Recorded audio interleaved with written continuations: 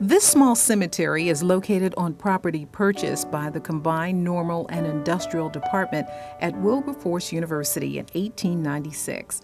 Records from December 12, 1929, revealed a total of 26 graves and a monument plotted for the cemetery, but only the monument and 5 graves are identifiable today. The large monument on the site marks the grave of Benjamin W. Arnett, Bishop of the African Methodist Episcopal Church, Ohio legislator, and a member of the Board of Trustees of Wilberforce University. A skilled orator and politician, Arnett was born in Pennsylvania in 1838. He attended a one-room schoolhouse run by his uncle. In his early years, he worked as a wagon boy, loading and unloading goods from steamboats on the Ohio and Mississippi rivers. He taught school for several years before becoming an AME preacher.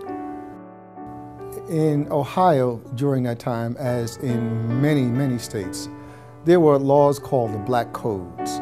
These laws limited opportunities for African Americans, for blacks in those states to engage in contracts, to attend certain schools, to participate as full citizens in the life of the states and of their communities. So Ohio had a series of black laws that did similar things to its African American population. J.A. Brown and Bishop, or then Reverend Arnett, became involved in that process. Reverend Arnett, as I understand, was elected as a result of work of African Americans in Greene County to the General Assembly. He and J.A. Brown from Cleveland were able to get the black laws abolished. They stated to the General Assembly that they were evils. They were evils that needed to be eradicated. And because of their work, the black laws were indeed abolished in Ohio. The registration law, for example, required newly arrived blacks to show on demand a certificate of freedom. African Americans already residing in the state had to register with a county clerk and pay a fee for registration. Labor laws required that employers could hire only African Americans possessing a certificate of freedom. Additionally, blacks were denied public education, could not enroll in the militia, and were forbidden to be a part of any court case involving whites. The fugitive slave laws rewarded those who turned in or reported runaways and granted owners the right to recapture and return slaves. The black laws were repealed in February of 1887, the same year the Combined Normal and Industrial Department at Wilberforce University was founded.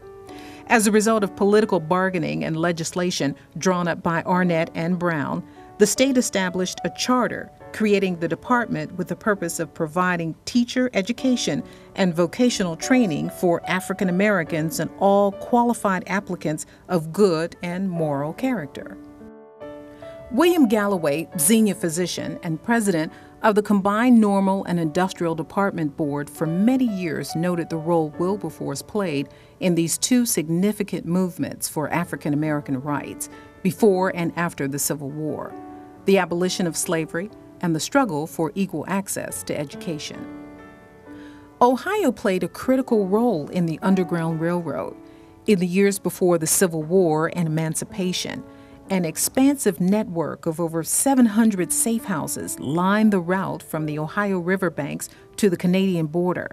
An estimated 40,000 fugitives traveled that route, which passed through the community of Wilberforce. The route was known as the Columbus Pike and later U.S. Highway 42.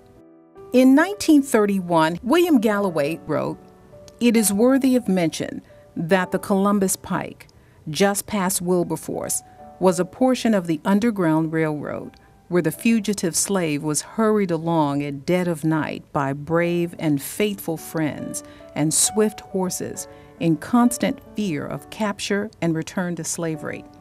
In the same passage, Galloway continued, "Now his descendants travel this route day and night, happy and unmolested, and avail themselves of the best education that church and state can furnish." Bishop Benjamin Arnett died in 1905. A dormitory built on the Combined Normal and Industrial campus in 1901 was named in his honor. Arnett Hall was demolished after the 1974 tornado. The podcasts are a project of Central State University archivist Sheila Darrow and English professor Amy Hobbs Harris, and funded by the Central State University Office of the President and Office of Sponsored Programs and Research. Visit the university website at centralstate.edu.